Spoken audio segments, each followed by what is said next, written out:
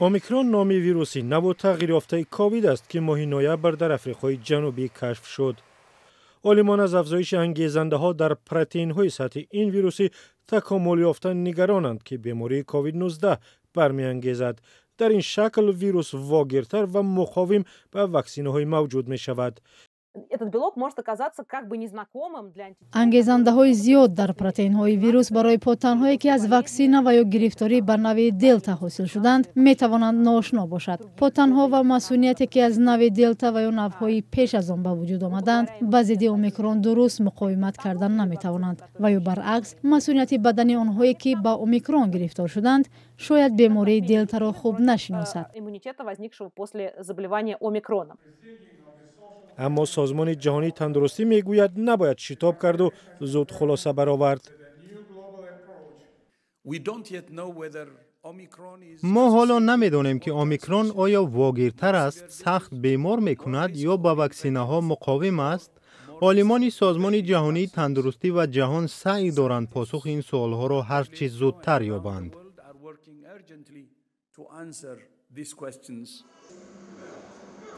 با وجود تغییر ترکیب ژنتیکی اومیکرون معلوم نیست که آن تا چه حد برای صحت عامه خطرناک است. دیگر نوع‌های ویروس مثل بتا که آن هم در آفریقای جنوبی پیدا شد اول عالمان را ترساند ولی زیاد پهن نشد.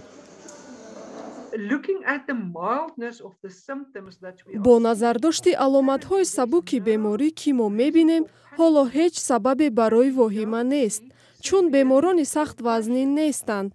من شفاخانه‌ها را پرسیدم. بعضی شفاخانه‌های منطقه خود را و یکی از بزرگترین شفاخانه‌ها فقط یک بیمار کووید محتاج اکسیژن دارد. آنها نمی‌دانند که بیمار دلتا است و یا نوع اومیکرون. بسیاری از دانشمندان باور دارند که واکسن‌های موجود اندکی هم باشند انسان را از ویروس نو امن نگه می‌دارند.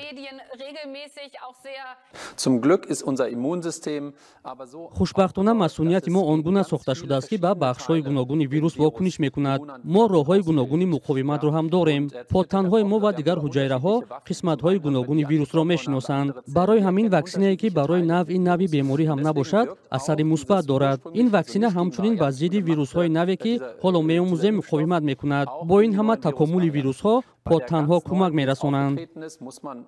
Einschränkend sagen, da sind sehr viele Veränderungen, sogenannte Mutationen. آفرندگان واکسن‌های فایزر بیونتک و مدرنا گفتند که در صورت ضرورت واکسن‌هایشان را می‌توانند برای مقابله با نوعی ویروس هم موافق کنند. دانشمندان و طبیبان میگویند بهترین راه امن ماندن از بیماری گرفتن واکسن است. ریچارد هچت رهبر ائتلاف آمادگی‌ها به ضد پاندمی میگوید ظهور ویروس‌های نو و مثل اومیکرون پیامد تقسیم نابرابری واکسن است. ظهور اومیکرون تخمین آلمان را ثابت کرد که سرعت زیاد در مناطق محروم از واکسن کافی باعث تکامل با سرعت ویروس می شود. بوتسوانا و آفریقای جنوبی که کمتر از 4% اهالیشان واکسن گرفته‌اند، محیط مناسب برای تکامل آن شدند. بنابر نابرابری در واکنش بین المللی، حالا ویروس بیرحم دامنگیر ما شد. دانشمندان میگویند واکسن نه تنها فرد بلکه اطرافیانش را محافظت میکند، همچنین تعداد آنهایی را هم کم میسازد که میتوانند میزبان ویروس کووید 19 و سبب افزایش و تغییر و ظهور نوع‌های نوی آن شوند.